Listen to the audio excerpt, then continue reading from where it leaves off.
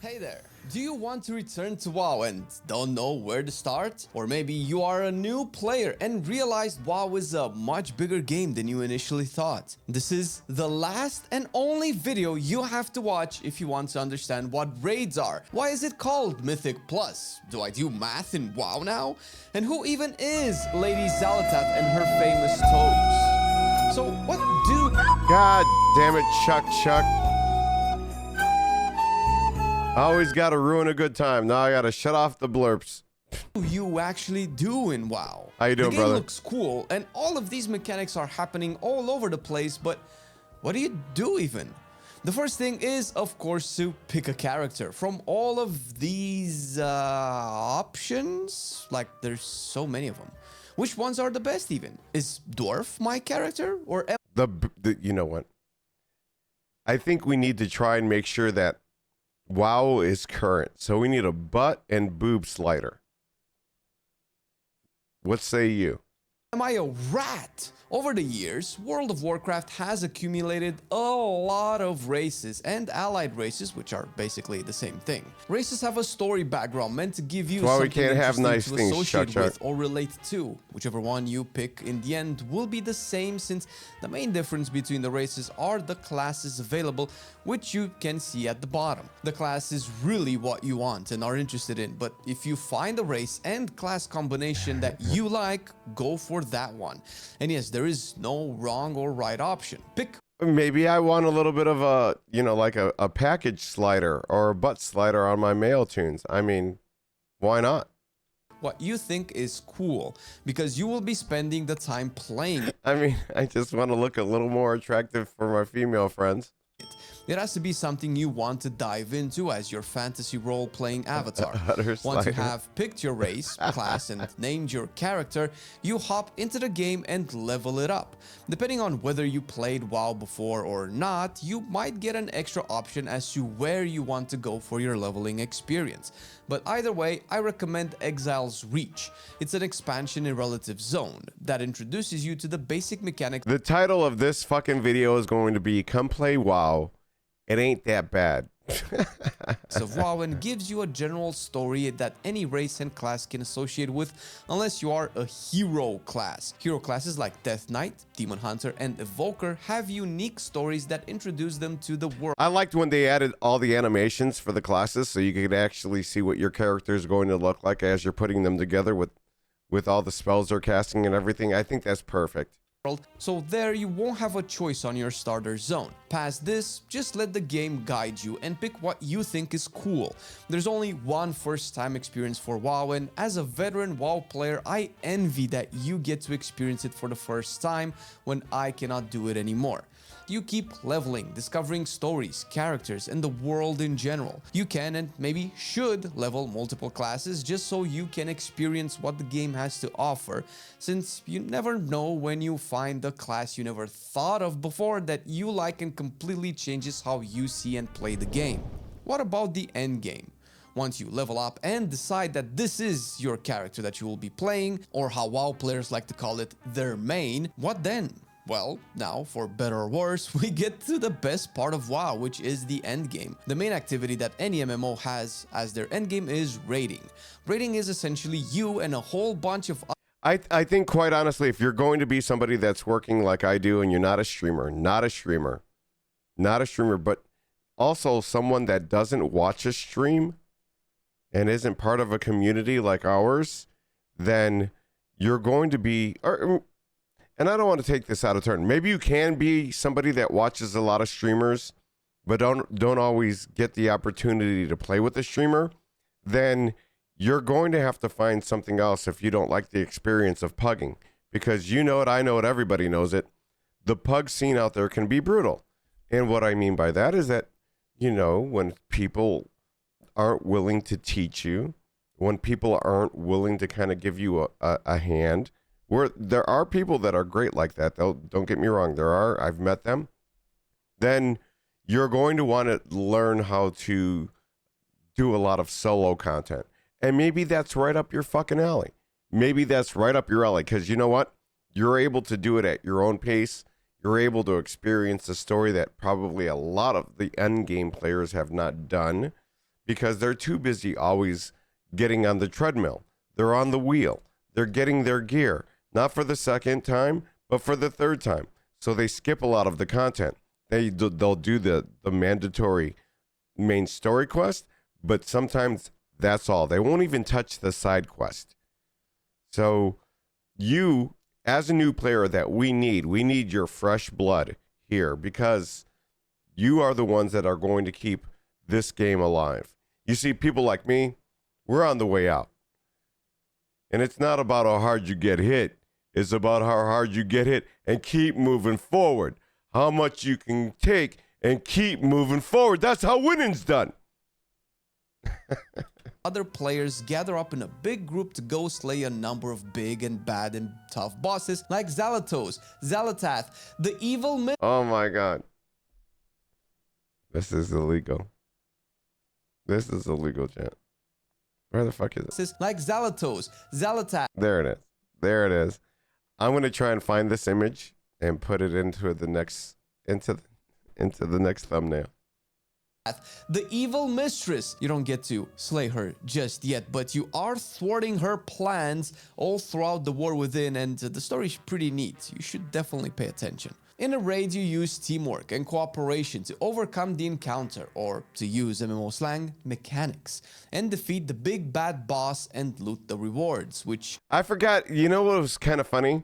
Because I was listening to something and they kept saying mechanics, but they were really talking about mechanics, like the people that are holding wrenches.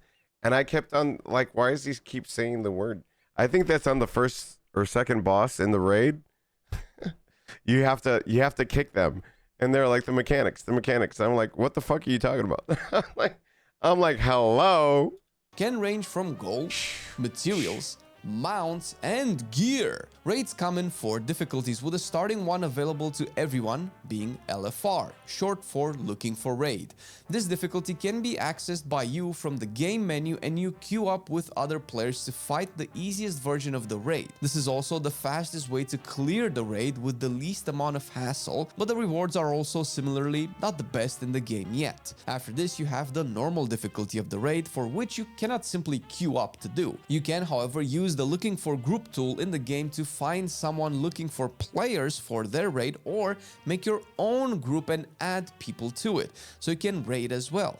Heroic and Mythic are harder versions of this, with Mythic being the pinnacle. Normally for these you would want to be in a guild, since the harder the raid gets, the more Trust me, if you're just coming to the game, if you're somebody just picked it up or bought it off of Steam or wherever you purchase your local World of Warcraft expansion, you're not going to be here for a bit. Unless you have a great friend, which I've heard a lot of Drawbin Time, which is by Preach. Isn't it by Steam? Steam, can you get it off of Steam? I'm not even quite sure. Anyways, my point being is that no, bad info, fake news. Okay, you fucks. Anyways, what you do, you're not going to be at this part of the game for, quite a while. Unless you have a great friend, like I was getting back to my whole mind thought. But I've heard a lot of friends will leave you in the dust. So don't get into this because a friend's telling you about it, because they're all going to leave you. And then they're going to laugh at you. And they're going to go touch grass. And then you're going to get addicted to this game. So maybe you shouldn't buy this game because it's fucking a horrible game. 30-year game, 20-year game. Technology is getting all like outdated. We don't even have housing yet. And we can't use any dyes, and all our transmog are on the fucking store. You know what? You're better off not getting involved in this game. So scratch that. Go buy a single player game and then go touch grass. Organized people have to be. They're all gonna laugh and trying at to you. get that level of organization from a random assortment Because you'll end up like me, who's here sitting here like wild grandma, and this game is all we have left.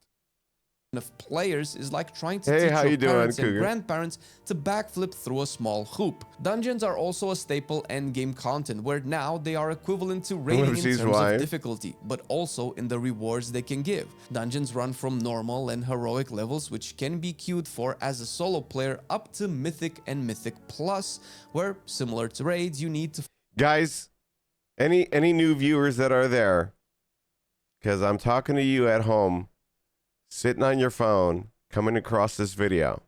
Do you know what any of this means? If not, come to me at twitch.tv, Achilles_1970. I will teach you. I will teach you. I might even help you level. We all have alts. There is a class that isn't on anything that you'll see here in the game. It's called an altaholic. And you are our next recruit. Form a group for. There is also the follower dungeons, where you play with AI bots in a very trivialized version of a dungeon, mostly for the purpose of finishing story quests, or basically see the content without the hassle of playing your character properly. Mythic dungeons are a bit tougher, but also give you higher rewards. Can be completed once per week, after which their rewards are locked out. Did he just blink through that? You could blink through that? That's got to be a mage. Let me look. I can't tell. That's out for you until the next reset. Mythic Plus, however, is different. Mythic Plus is essentially the same Mythic dungeon you did, but requires a keystone. I don't play a mage. I wouldn't know. Dungeon with a level which increases whenever you complete the dungeon in time. It starts from 2 and goes up to an indefinite level that realistically cannot be done past 20 or so. Each level makes the dungeon harder and harder, and every so often adds an affix to it that changes how you approach it, generally making it even harder. But because of that, you end up getting some of the best gear in the game from them. Mythic Plus is also a content you want to prepare for. I'm always so thirsty. Since you have a set amount of time to finish a dungeon, otherwise the run is deemed as failed, and the key you used to start it considered depleted. At that point, the keystone goes down in a level, and you have to complete the lower level of the dungeon in order to level it back up. You can play as not that we do it here on stream, because we're pretty awesome. We don't brick a lot of keys. We don't go building a lot of houses. But I've heard it's been done, and quite honestly, I feel sorry for those people. Many Mythic Plus dungeons per week, and you will always get loot from them. But because they can be spammed, the amount of loot is generally lower than any other content.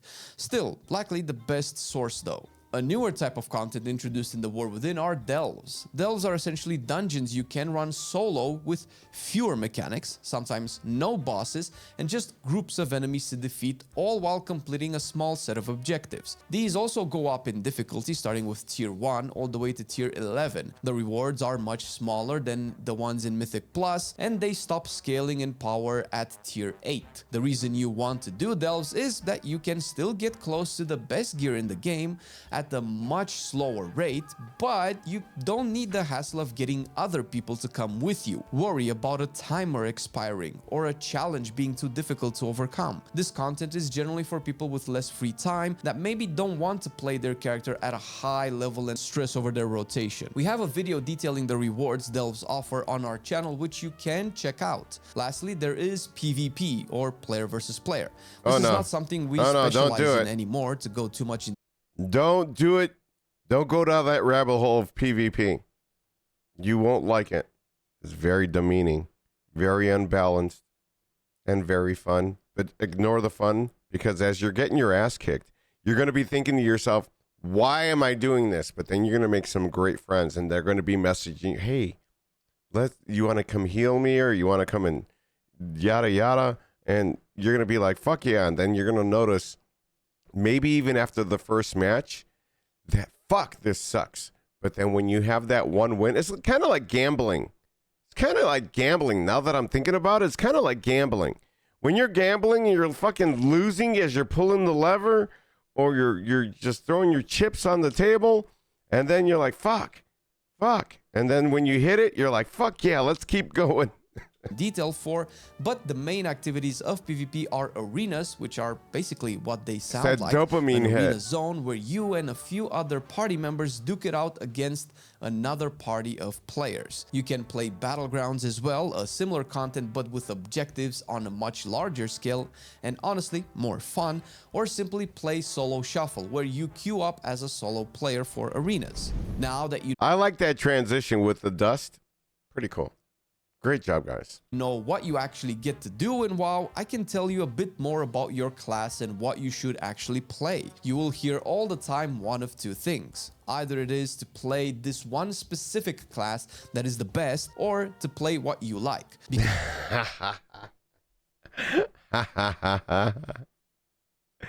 I mean, come on. He's not lying. He's not lying. Where the fuck? That picture was so fast. Specific class that is the best, or to play There. That picture there, priceless. We need. I should probably take a screenshot of that one. what you like. Because the end game is competitive by nature and rewards are driven by performance, playing something that does well makes a lot of sense. The thing is, the devs are doing a pretty Dude, they're gonna nerf Pally so fucking hard that nobody on the server or on the servers at all are gonna want to play it. Because when the results come in and the numbers are down, they're going to show you that like 80% of the people are playing Rep Pally. pretty good job at keeping everything balanced, where at worst everybody can do any content they like, and at best there will be competitive classes giving people more options on what they can play at the high level. The idea behind playing what you like is that first and foremost this is a video game, so having fun does a lot of heavy lifting for you doing any kind of difficult content. And two, you are more likely to do better at what class you play if you enjoy it. There are of course those that objectively do better, and this better is 99% of the time situational, meaning that these classes do better because of a list of reasons that most players will not be able to incorporate in their play and end up using as grandstanding to selfishly filter the type of people they get to invite to their groups. The reality is that people will only want to group up with what they consider the best, which can That guy says flying shit or whatever it is. Did you see that? Go back 5 seconds. I wish there was like a quick fucking rebound. up with what they consider God damn it. demanding to selfishly filter the Wait, type wait, of wait people for they it. get to invite This to is their what it's groups. like, champ. The reality Hey, is Carrie. that people will only want Flying to group shit, up or with whatever what they it is. consider the best, which can act as gatekeeping to you. But the real reality is that you can perform just as well, if not better, on a non-meta class if you like it enough to practice it, where your Hey, experience Casby trumps Gaming, the I need arbitrary you. balance some other player engages in with their flavor of the month choice. Don't worry too much about this, since once you play long enough, you'll be able to tell for yourself and make a better decision on what class is right for you, and if not, hey, we also have videos on those topics on our channel, and all relevant videos like these will be linked in the description. One thing that's worth knowing is that, as in most team-based RPGs, you have a tank and a healer role on top of the damage dealers. And in WoW, tanks and healers are in short supply. If you do end up picking a class that can also tank or heal, playing those roles can vastly improve the rate at which you get invited into groups. Just something to keep in mind. You now have your class and are interested in some WoW activities to do, but how do you actually play, and what even is your class? I won't go into How do you play WoW, guys? I want to know from you guys right here. How do you play WoW? Do you guys remember buying the box at Walmart or your GameStop, bringing it home, and actually taking the disc and putting it in the computer so that you could upload it? Here we are, 2025. All you have to do is click download. No physical copy unless you get it specially from WoW, but so different. So different. If I have to walk you through the time, if I have to put you in a time capsule, those were some good times. Stood out in line for Burning Crusade. I stood in line. As a matter of fact, we got there too early, so I believe the wife and I went to go watch Inception. And you know how fucking long that movie was? And even when we came out, there was a line outside of GameStop to get the game. That's how crazy WoW players are. That's how dedicated we are. That's how dedicated you, the new player, need to be. Is WoW better played in seasons? No. WoW is played better when this replaces your life and you never go outside the door anymore. That's how this game is played.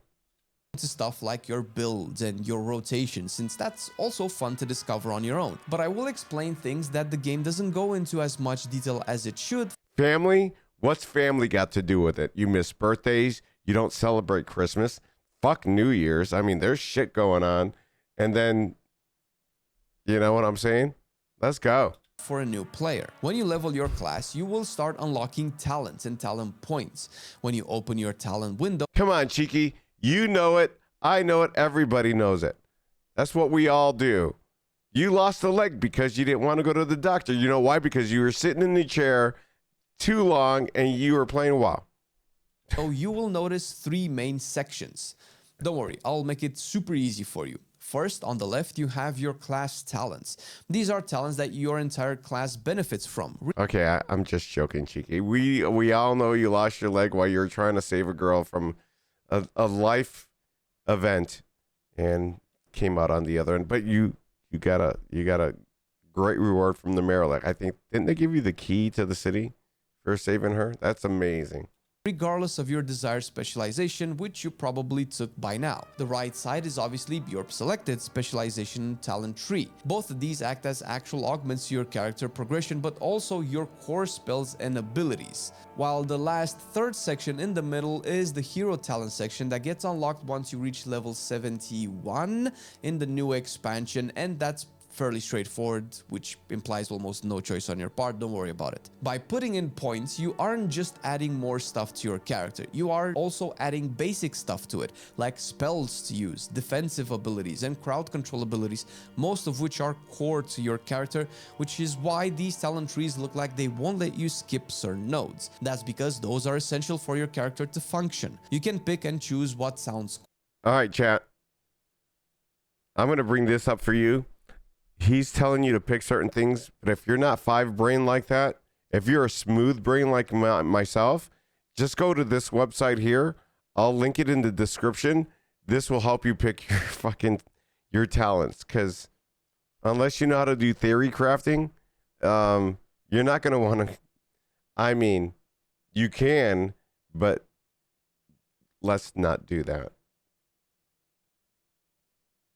Cool, and the more you play the game, the more you will realize which ones are good for you in what situation. To perfectly build your character, there are guides and helps from other people, but that is something you should worry about once you reach the very end of World of Warcraft. In most cases, about 50 to 90% of the talents you pick, depending on the class, will remain the same since they include your core class systems. If you are just coming back into WoW, you may have noticed that gearing probably changed since last you played, which applies to new players as well. If you ever played, I'm going with the mindset that you've never played, because we want new players. We need fresh blood. Although during the leveling process, items are pretty intuitive and you just equip the one with the most amount of stats or item level, once you get to max level and start doing endgame content, things will be different. So let me explain what this all is. When an item drops, it will drop at a certain item level that can be upgraded using some currencies I will go over in a second. The amount of times it can be upgraded and the item levels it can be upgraded to will change based on what type of item that is.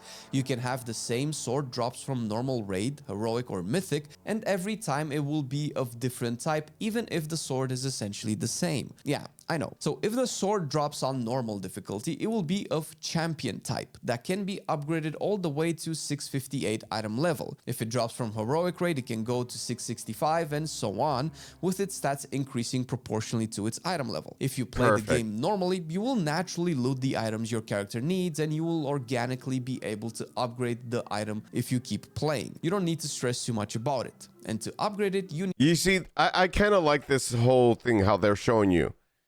So if you're new to the game, this is a great way to explain the what do they call that? The upgrade level.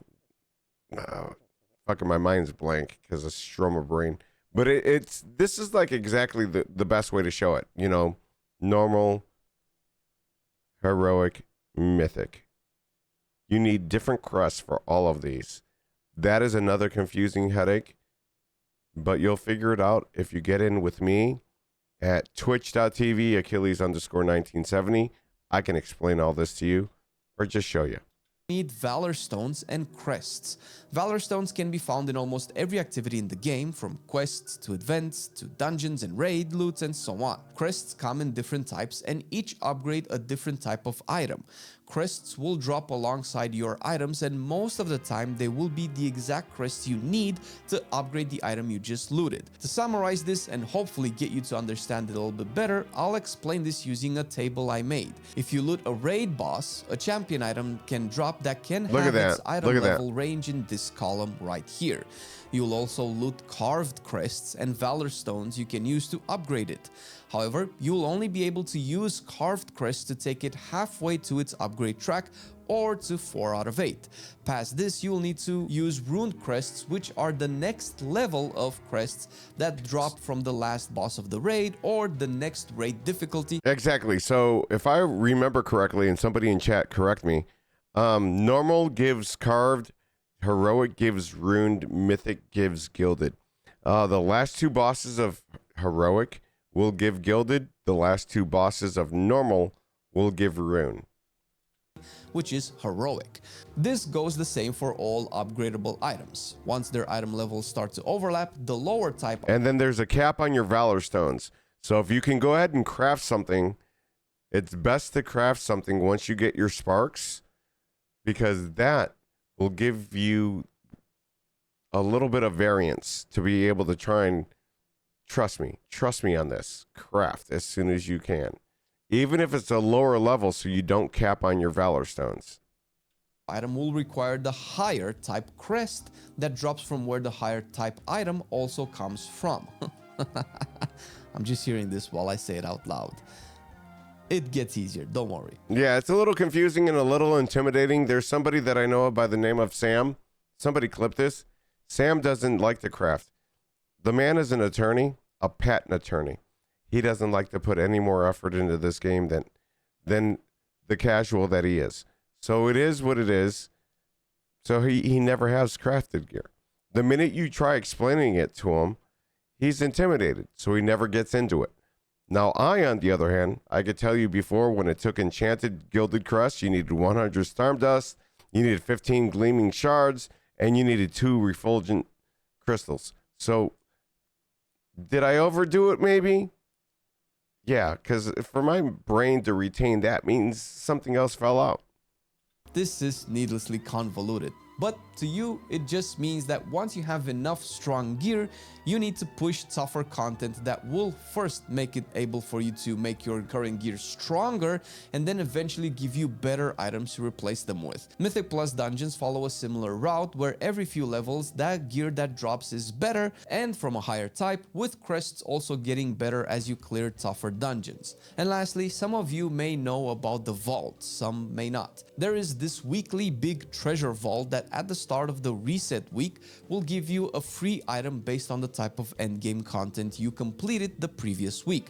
It has 9 boxes or slots that each can be an item if you cleared the right amount of the respective content, whether it is the number of raid bosses, dungeons completed, or world activities, which are usually delves. You can only choose one though, but the more you do, the larger the pool of options is, which will limit the chances of you having a bad item you don't need and nothing else to choose from. What you want to know here is that... And then what you want to know also here is that when you're going through this, for all you new players, this is what you want to do. You want to try and install a thing for simulation craft. All right? Before you get anything out of that fucking box and you're new to this, what you want to do is you want to go ahead and get to raid bots. I'll put this in the description below. But this here will give you this item here. And this here is where you copy your, like I should make a video on this, like a 2025 version. And you put it here. It'll give you the best gear. Now you have to have your vault open.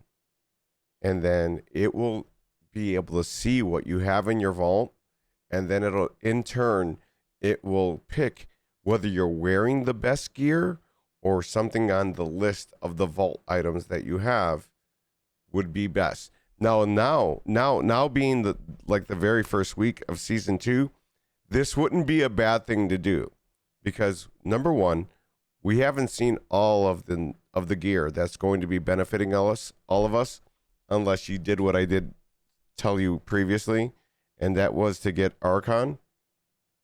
If you get Archon, then you'll be able to try and make sure that you're getting the right shit. Oh no, where'd it go? Oh my goodness. Anyways, so do that. Save yourself some time so you don't waste the vault. If you don't get anything, guess what? Choose sockets. When you've had everything socketed, guess what? Choose the crest. If you don't need the crest, choose the gold. You get about 1,000 gold per socket. So I'm just saying.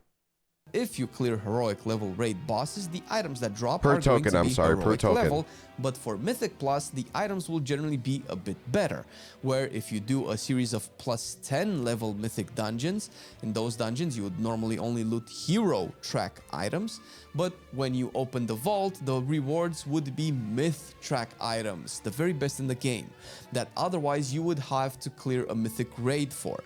This is the only way to get myth level items as someone that only does dungeons. Delves at tier 8 only drop champion level gear and never goes any higher than that.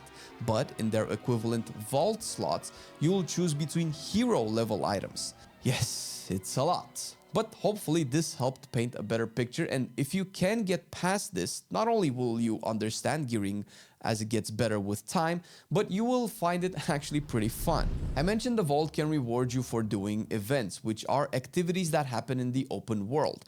Open world activities range from the actual stories and quests you do to completing fun little challenges and games that reward you with some weaker crests and valor stones, but also weaker items. This is a super chill and casual way to play and can be fun for certain players. And this is everything. If you've been watching the other videos that I've been putting up on YouTube, this is everything that we're speaking on.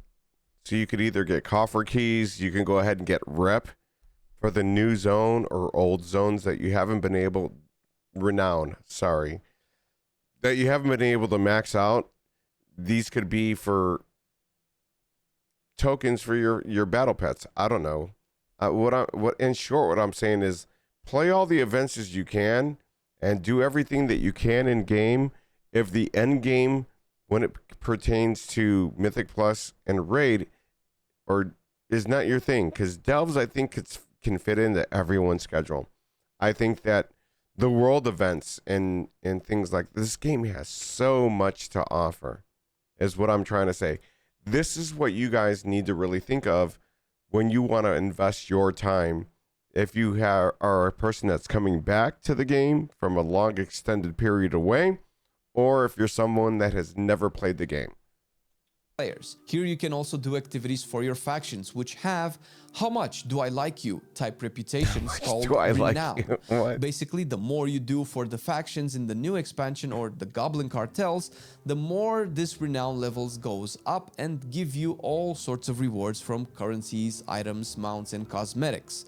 In the open world, you can also mount up normally or engage in one of the two dynamic mounting systems. Skyriding takes your flying mounts to a new level where you can crank up the speed and soar like a rocket, while Drive is new to this patch and turns ground mounting into Need for Speed. These come with respective races he and used game modes you will game. discover as you play the expansion. All of these can be seen on your map when you open it up, where you can simply go to the marker, talk to the NPC, and do what they ask you for specific rewards. Last but not least, professions or jobs, or yes, your 9 to 5 will continue. All right. Now,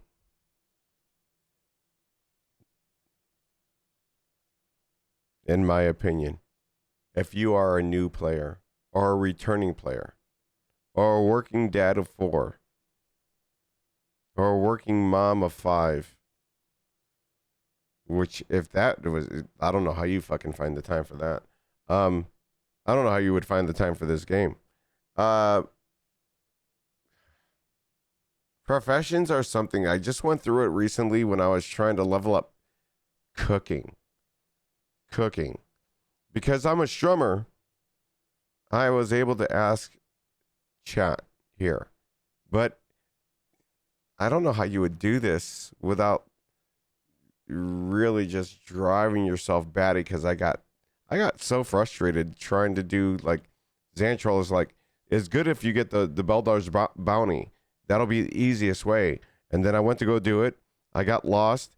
I did everything that I thought I did, but it wouldn't give me a quest. And then he comes back saying, I think you need to wait a day, it says. I'm like, ain't got time for that. I'm trying to get to 100 so I can make feasts for the stream. So there's a little bit of that. In the game as and then well, it's expensive. there are multiple... And then it's expensive. So, you know, if you're not a gold maker, you're somebody that's trying to get into the game. One thing that they had in Final Fantasy 14 was like a novice network.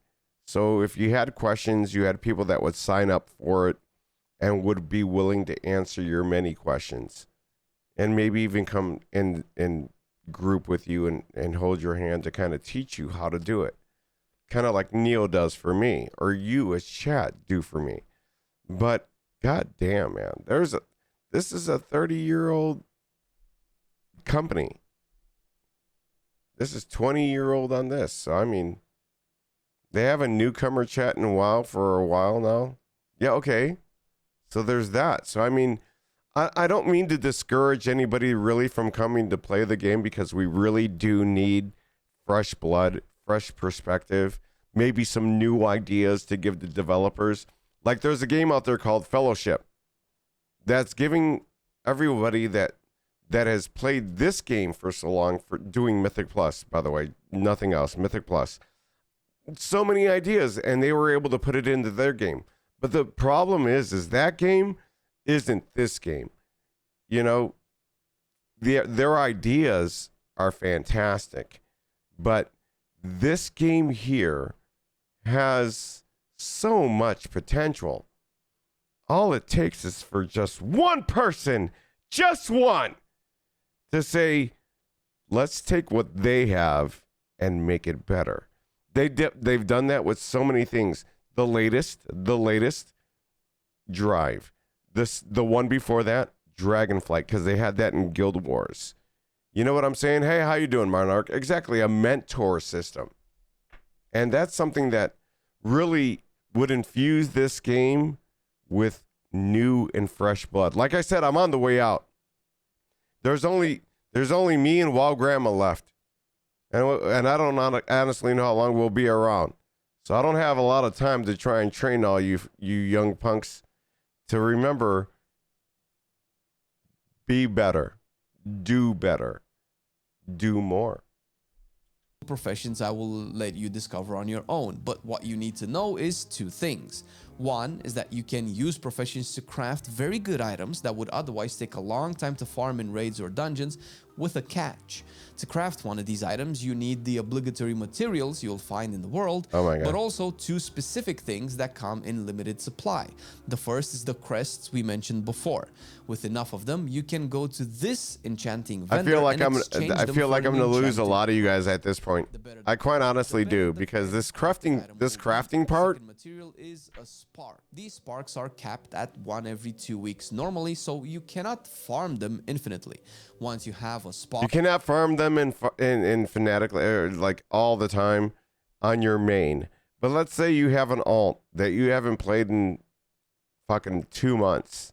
The minute that they come into the game, or you start really starting to play them, they'll be falling out of the trees like apples.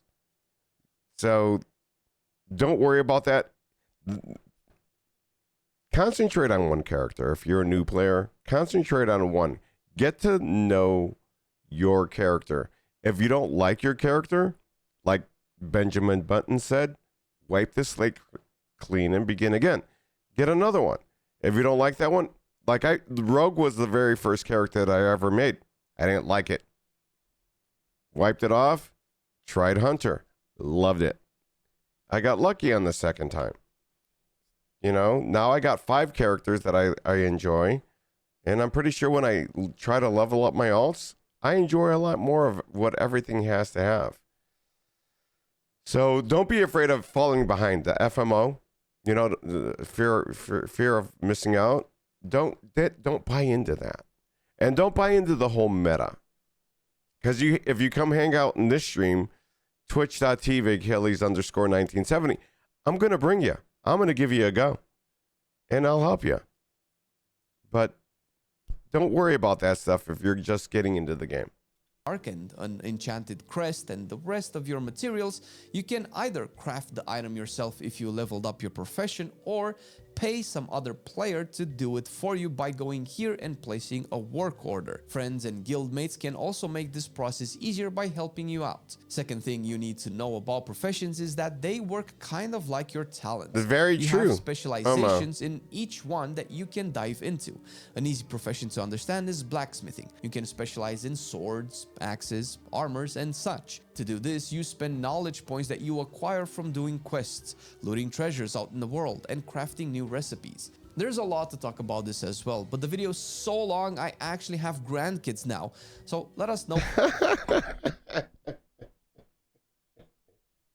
in the comments if you want more. He's like, this video is so long I have grandkids now. But you're 10. Details about any of the specifics in this video that we didn't already link in the description. One thing we avoided is add-ons as well, since for new players this would be a bit too much, but if you want to dive into the world of add-ons that are meant to make your gameplay even better, then check our video on it right here. We go into a few. I love all their content. I've used a lot of their content information to try and make sure that we are good, you know, that we try to do the best that we can. So I'm going to put that there. I'll also put it down in the description for everybody else if you want to watch the original video with none of my commentary. But trust me, you're going to watch that. And guess what? If you want to try and find out what is the best and easiest way, the fastest way to get to your item level, it's going to come up right here.